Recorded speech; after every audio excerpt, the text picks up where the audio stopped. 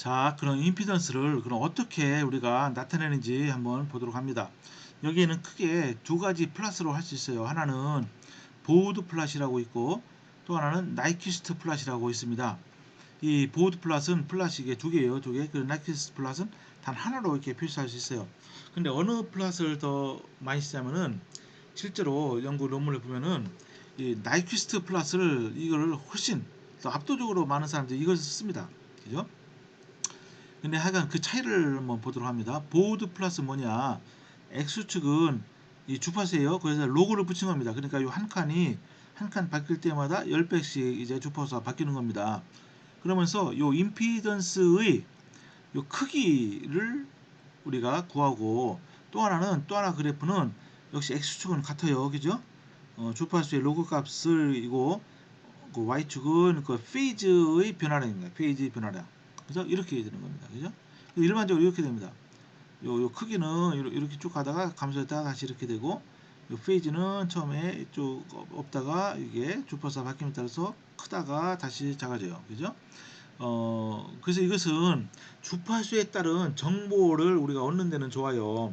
그죠? 그 저기 시스템이 어떤 주파수에서 이렇게 페이지가 바뀌느냐 얻는데 이거는 사실은 무슨 여기서부터 우리가 저기 내부 저항이나 무슨 트랜스퍼 레지스턴스 그런 거 얻기가요. 캐피스턴스 얻기 무슨 얻을 수는 있습니다만은 이게 복잡합니다. 그러니까 이것은 딱 직관적이지 않습니다. 딱 직관적으로 봐서 아 이게 이렇다 저렇다 판단이 힘들어요. 그래서 이거는 별로 이렇게 쓰이지 않습니다.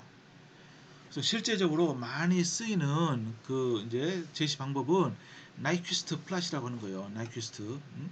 사람 이름입니다. 전부 다. 이거는 뭐냐? X축은 임피던스 여기 있잖아요. 여기 실수부 이게 X축이고 요 Y축은 임피던스의 허수부입니다. 허수부. 그죠? 여기 제로 돼 있죠. 그죠? 자, 그래서 주파수를 바꿔 가면서 그죠? 이게 이제 실수부, 허수부가 어떻게 바뀌는가를 여기 요 복소 평면에서 이렇게 나타낸 거예요. 잘 보시면 이렇게 요 동그라미는 실제 얻어진 그 저겁니다. 요 이때 주파수가 각각에 대해서 주파수가 있겠죠, 그죠? 이렇게 되는 거 이렇게 이런 식으로다가, 그죠? 이런 식으로 이게 이제 주로 이제 반원이 얻어지고 나중에 보면은 이게 쭉 증가하기도 합니다. 근데 여기서 보면은 이것은 이제 이 각각에 있는데 요게 0에 가까울수록 요 데이터의 주파수는 어때요, 여러분요? 이게 주파수가 작겠어요, 크겠어요? 음? 요쪽 요게 이제 0에 가까울수록 요것은 주파수가 큰 겁니다. 그리고 쭉쭉쭉쭉 이게 여기서 0부터 멀어질수록 요 데이터에 해당하는 주파수는 점점 작아지는 거예요. 그죠? 우리 생각과는 좀 다르죠. 어쨌든 요 나이퀴스트 플랫을 좀 많이 이용한다. 제 느낌이 아주 압도적으로 더 많은 것 같아요. 압도적으로. 자, 그래서 한번 아까 몇 가지 우리 전기 회로 있잖아요. 이 캐패시터와 저항이 직렬로 연결됐을 때 또는 병렬로 연결됐을 때 병렬과 직렬이 복합되어 있을 때 그럼 과연 이렇게 나이키스트 플랫이 어떻게 바뀌는가를 이거 아는 게 중요하잖아요. 그죠? 이걸 한번 보도록 하겠습니다. 여러분 혹시 수학 잘하면 말이죠. 복소수 계산 잘하면 한번 직접 해봐도 좋아요. 여기는 뭐 그럴 시간은 없고 그냥 한번 그냥 제가 이렇게 나타내기만 하겠습니다. 잘 보십시오. 이렇게 서로 잘 보십시오. 직렬로 연결됐을 때는 어쩌죠, 여러분요? 직렬로 연결되면은 어디 보시냐면요. 저기 잠깐만. 이 직렬이니까 이렇게 됐어요, 이게. 실수분은 어때요, 이게? R 딱 하나로 주어지고요. 호수분은 이걸로 주어지죠, 이걸로. 그죠? 여기다가 저 밑에다가 뭐를 곱합니까? 뭐를 J를 곱하면은 어때요? 위가 J가 더 밑에는 마이너스 1이 되죠. 그죠? 그렇게 됩니다. 그래서 요거를 우리가 복소 평면에 이게 실수부, 허수부 여기 그리면은 이렇게 돼요. 이게 딱 직선으로 나옵니다. 응? 0에서부터 일정 거리 떨어진대. 근데 이게 뭐예요? 요게 요 거리가 이게 바로 내부 저항입니다. 요 저항 깁스. 그죠? 이렇게 돼요. 이렇게. 응? 저항. 만약에 회로가 요게 맞다면은 이런 결과가 얻어야 되겠죠. 응? 이렇게 저항값이 이렇게 나와요. 그죠? 근데 만약에 이것이 서로 병렬로 연결되어 있다. 그럼 어떻게 됩니까? 병렬. 이건 약간 복잡한데요. 요거를 갖다가 여러분이요. 저기 뭘로 하냐면은 어 다시 이제 이렇게 요 실수부와 허수부로 여러분들이 플러스를 하면은 결국 뭐가 얻어지냐면은 이렇게 되는 거예요. 주파수가 바뀌어짐에 따라서 요게 반원이 얻어져요. 반원이. 반원. 잘 보십시오. 이게 이제 어째서 반원이냐? 간단히 이걸 설명드리면은 여기 0에 가까울수록 주파수는 높댔죠. 그죠? 그죠? 이 주파수가 높으면 이게 어떻게 됐어요, 여러분요? 잘 보십시오. 저항은 요 저항은 말이죠. 주파수에 무관하다고 그랬죠? 요 캐패시터는 주파수가 높아지면 이것은 거의 뭡니까? 그냥 저항이 없다고 그랬죠. 그러니까 높은 주파수에서는 어때요? 전류는 어떻게 흐릅니까? 원래 여기 가사가 전류가 쭉 흐르다가 길이 두 가지가 있으니까 나눠서 흘려야 되는데 높은 주파수에서는 요거는 저항이 있고 이건 저항이 없기 때문에 여기로 안 가요. 전류는 요걸로 통할 상황이다. 그러니까 높으면은 여기 저항이 제로가 되는 거예요. 제로. 그죠? 요거는 무시가 되는 거예요. 그래서 이제 그러다가 이 주파수가 점점 낮아지면은 그죠? 어떻게 됩니까? 일부는 요 저항을 통해서 가겠죠. 그죠? 쭉 갑니다. 그래서 주파수가 진짜 극도로 낮아지면은 말이죠. 요 캐패시터의 저항은 어떻게 됩니까? 굉장히 커지죠. 그러니까 이쪽으로 안 가요.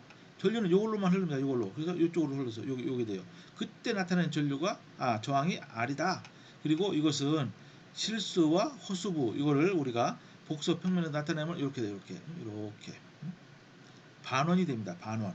그리고 요 반원 요 값이 바로 내부 저항이 된다 이겁니다. 그죠? 그래서 만약에 실험해서 여러분이 요걸 얻으면 그것은 회로로 치면 이렇게 됐구나. 그걸 금방 알 수 있어요.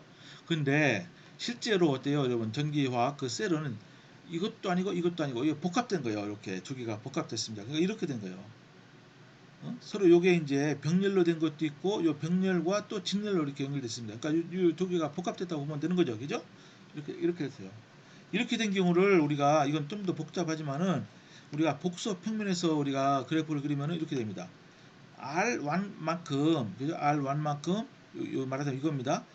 약간 떨어진 곳에서 요 둥근 것 요거 이 평행으로 저 병렬로 연결된 것이 나타나는 겁니다. 그죠? 이렇게 된 거 이렇게 두 가지로 나타나요. 이렇게 반원이 나타나는데 약간 떨어져서 나타나요. 그래서 요 부분 반원의 왼쪽 끝이 뭡니까? R1이 되는 겁니다. 요게 이게 이제 말하자면은 내부 저항이 되는 거예요. 내부 저항. 그리고 요게 반원의 반경은 뭐냐? R2가 되는데 이것은 어 액티베이션 오버 포텐셜 그죠? 그러니까 말하자면은 이거를 다른 말로 하면은 이게 액티베이션이니까 이게 전자가 가야 되니까 차지 트랜스퍼 레지스턴스라는 말 값을 그런 용어를 붙여요. 이거는 그죠? 이렇게 대부분에 이렇게 나옵니다. 대부분에 그죠? 대부분에 이렇게 나와요. 그런데 여기 이제 또 하나가 있는데 여기 이제 뭐야 아까 여러분들 저기 폴라레이션 커브에서 봤을 때 전류가 상당히 커지면은 저 물질 공급에 의해서 제한을 받는다고 죠 그러니까 그 디퓨전에 의해서 제한을 받거든요. 그래서 나중에 보면은요. 여기 디퓨전 성분 여기다 하나가 또 들어갑니다. 이게 그러면은 여기 가다가 이렇게 가다가 위에서 쭉 이렇게 각도가 45도로 돼서 쭉 이게 증가하는 게 있어요. 그죠? 요게 이제 디퓨전 성분입니다. 근데 여기는 그건 나타나지 않았어요. 보면 좀 이따 나타날 겁니다. 자, 그렇게 되는 거예요. 그래서 이제 실제로 이제 일렉트로케미컬 임피던스를 어떻게 재느냐. 자, 보세요. 이것은 여기 보시면은 여기 있잖아요, 여러분요. 요게 이제 Y축이 전압이고 X축이 전류가 돼요. 이렇게 여기다가 이렇게 이제 전류와 전압이 곡선이 이렇게 되는데 이렇게 이 전압을 교류로 흘려줍니다. 교류로 흘려줘요. 그러면 이게 이 곡선에 따르면 이때 전류가 어떻게 되니까 전류도 마찬가지로 여기서 이만큼 전류가 또 이 교류 전류가 흐르겠죠. 그죠? 그러니까 다른 말로 하면은 뭐 여러분 뭐 이걸 잘 이해를 못해도 임피던스를 재려면은 그러니까 어떠한 그 저 전압을 걸어주는데 지시를 걸어주는데 거기에다가 여러분요 이 저기 교류 전압을 이제 흘려 보내주면서 교류의 주파수를 바꿔가면서 재는 겁니다. 그죠? 이거는 여러분들 저 돈만 한 3천만 원 내면은 이거를 측정하는 장비를 이제 사서 여러분이 그냥 측정하면 되는 겁니다. 뭐 어려울 건 하나도 없어요. 원리라는 게 중요하죠. 자, 보십시오. 이제부터가 이제 진짜 우리가 이제 이 전기 회로에 있어서 그 몇 가지 경우에 대해서 임피던스를 우리가 알아봤는데 그러면은 과연 이 전기 화학에 있어서 그럼 어떤 회로가 적용이 되겠느냐? 자, 그거가 문제가 되겠죠. 그죠? 뭐가 적용이 되겠어요? 몇 가지가 있는데 아주 가장 간단한 경우가 여기 금속과 이게 용액이 있어요. 여기 이제 기면이 너무 단순하죠. 여러분 금속을 그냥 용액에다가 집어넣었다가 하면 돼요. 그럼 아무 일도 일어나지 않지만은 실제로 보면은 이 전하라는 관점에서 보면은 금속에 예를 들어서 마이너스 전하가 몰려 있으면은 용액 중에서는 어때요? 이것을 중화시키기 위해서 플러스 이온이 많이 옆에 근접해 있습니다. 그죠? 근데 이제 용액은 플러스 이온은 이온이기 때문에 이제 분포를 하죠, 분포. 그러니까 이제 요 메탈 표면에 플러스 이온이 많고 어쨌든 이 벌크로 갈수록 플러스 이온이 점점 줄어들죠, 그죠? 어쨌든 이런 분포를 하게 됩니다.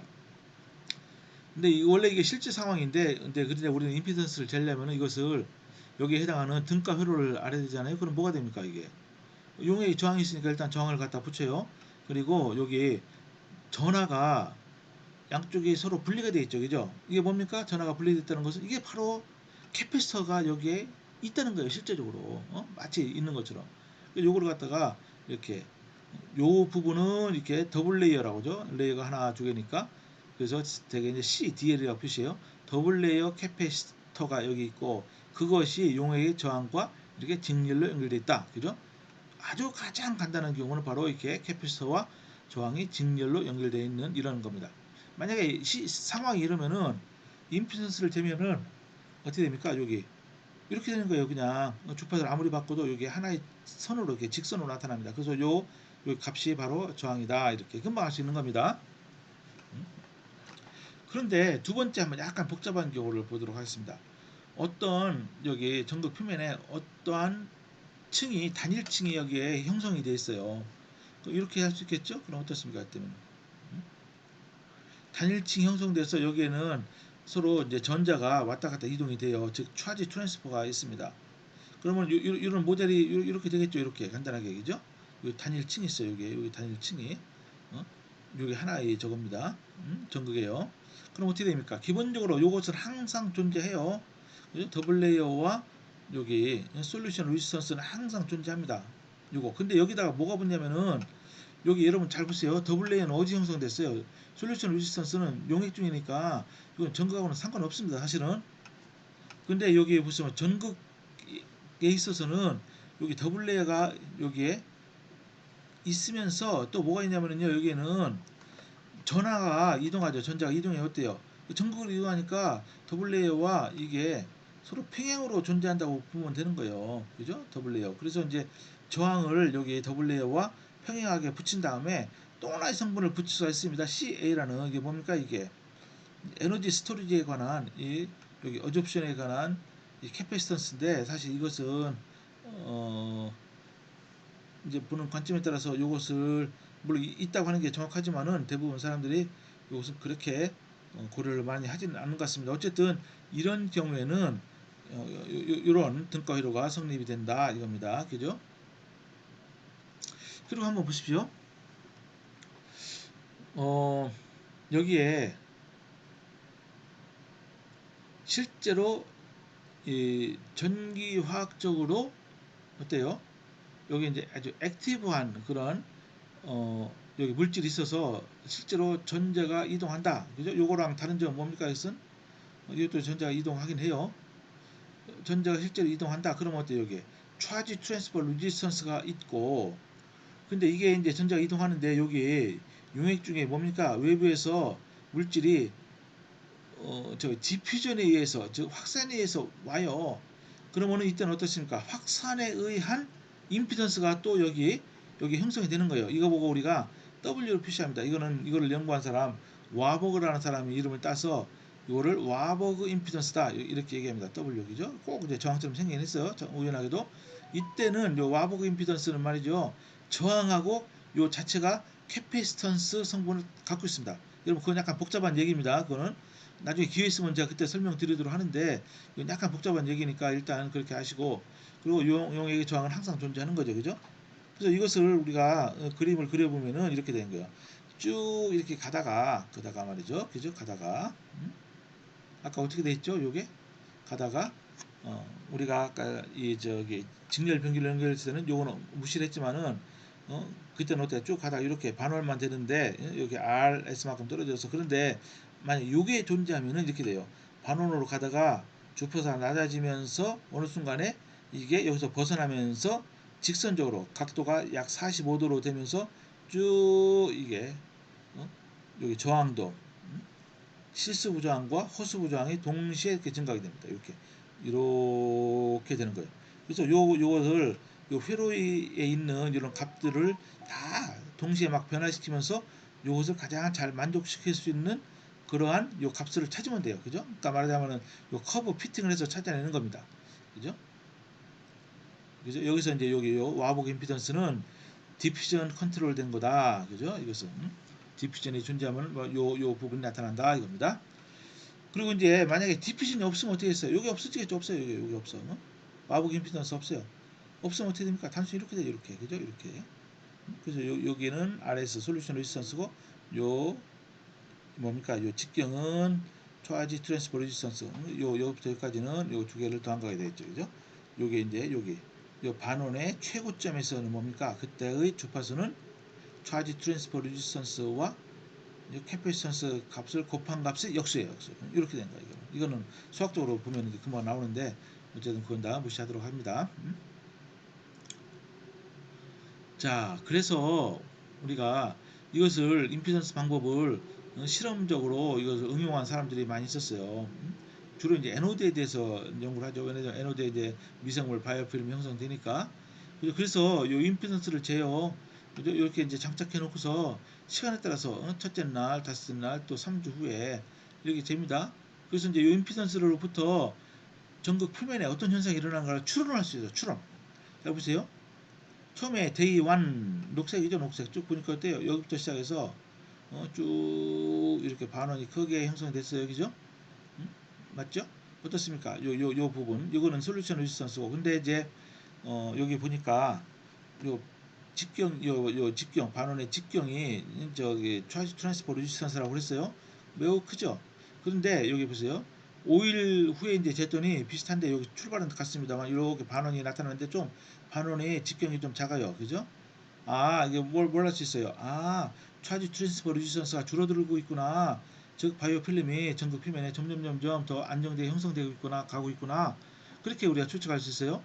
그 다음에 이제 3주 뒤에 이제 측정했던 여기 보세요. 아주 조그만 반응이 이렇게 있죠, 그죠? 그래서 뭐 할 수 있습니까? 아, 이제 이 바이오 필름이 안정되게 전극 표면에 형성이 돼 있구나. 그렇게 우리가 추론을 할 수가 있다 이겁니다. 뭐 여러 가지로 이제 우리가 응용할 수 있어요. 또 이제 바이오필름이 어떻게 또 자라는가 계속 한번 보면은 물론 다른 논문입니다. 앞에 거랑 여기도 이제 시간별로다가 이렇게 이제 측정했어요. 뭐 이렇게 130일 이후 오랫동안 측정을 했습니다.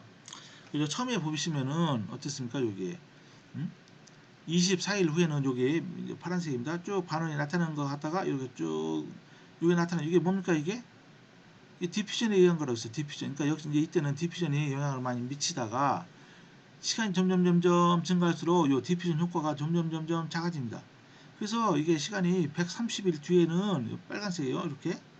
이렇게 돼서 물론 이게 반응이 한 두 개 정도 있는 것 같은데 이때는 우리가 모델을 또 달리 세워야 됩니다. 어쨌든 이때는 이 디퓨전 효과가 점점 없어져 간다. 그죠? 디퓨전이 별로 중요하지 않다. 뭐 그런 내용을 알 수가 있는 겁니다. 그죠? 이거는 이제 제 연구로부터 나온 겁니다. 제가 뭐 어떤 연구 했냐면은 전극 표면을 그냥 여기 카본 페이퍼라는 게 있어요. 카본으로 이제 종이처럼 만든 겁니다. 이걸 많이 써요. 근데 이것은 저항이 좀 크거든요. 음? 근데 이제 여기다가 뭐를 입혔냐면은 폴리피롤이라고 해서 이거는 전기적으로 이게 전기가 잘 통하는 물질이에요. 전기가 잘 통하는 물질. 그래서 뭘 할 수 있느냐? 그죠? 뭘 알 수 있냐면은 요거를 임피던스를 쟀어요. 그죠? 이 보니까 반원이 나오면서 여기 쭉 이게 나오죠. 이게 뭡니까? 디퓨전 또 여기 보입니다. 반원이 나오고 모양은 비슷한데 이게 뭘 할 수 있냐면 여기 보면서 용액의 저항이 이게 사실 이게 내부 저항입니다. 이게 줄어든 거 알 수 있어요. 그죠? 자 보세요. 여기 폴리피롤이 코팅이 되면은 이게 더 작아졌습니다. 왜냐? 아까는 그냥 솔루션 저항만 얘기했는데, 왜냐면 전극의 저항은 일반적으로 좀 굉장히 작거든요. 금속을 쓰니까. 근데 이런 거죠. 탄소 물질을 쓰면 저항이 꽤 커요. 근데 여기다가 이것을 발리면은, 그죠? 이때 저항은 용액의 저항이 일정하다고 보면은 요 전극의 저항이 작아졌기 때문에 이렇게 상당히 작아집니다. 이게 그죠? 이런 걸 알 수 있어요. 반면 이 반원은 뭐죠? 반원? 이게 이제 차지 트랜스퍼 레지스턴스는 뭐 별로 그렇게 변한 것 같지 않죠, 그죠? 이런 것도 알 수 있습니다. 이것도 이제 제 연구에서 나온 겁니다. 이때는 이제 이저 폴리 아닐린을 또 쓴 거예요. 여러 가지 아닐린 여러 이제 조건에 따라서 이거 한번 쭉 재본 겁니다. 그래서 실수로 나타난 것을 이것을 커브 피팅, 그죠? 그래서 뭡니까 이게? 이게 점점 이게 반원이 점점 작아져요. 그죠? 어떻게 작아지느냐? 폴리 아닐린이란 이것도 이제 컨덕팅 폴리머로서 저항이 작습니다. 그러니까 이게 많이 입혀질수록 여기 반원이 작아지죠. 그죠? 그러니까 이제 차지 트랜스퍼가 더 잘 된다. 그러니까 전극으로 전자가 더 이동을 잘한다. 이제 그런 내용을 발견할 수가 있었습니다. 이렇게 응용하는 거예요. 그죠? 이것도 또 이제 제 연구에서 나온 겁니다. 이게 뭐냐면요. 이게 이제 이 바이오 필름이 이제 전극에 형성됐잖아요. 그래서 바이오 필름을 어, 너무 두꺼워서 이걸 한번 제거해 봤습니다. 제거해 보면 어때요? 이게 바이오 필름에 의해서 이게 이제 저항이 있던 것이 없어지겠죠. 그러니까 더 작아지는 걸 알 수 있어요. 그죠? 이게 제거하면은. 그죠? 그래서 이제 이때는 캐소디에 이제 바이오 필름이 이제 왜냐하면 이거는 중간에 멤브레인을 안 썼기 때문에 캐소디에 이제 저게 바이오 필름이 형성됩니다. 별로 안 좋죠. 그래서 그걸 제거하지 않고 그 두 가지 경우에 있어서 우리가 한번 실험을 해본 겁니다. 뭐 이런 것도 알 수 있습니다. 그래서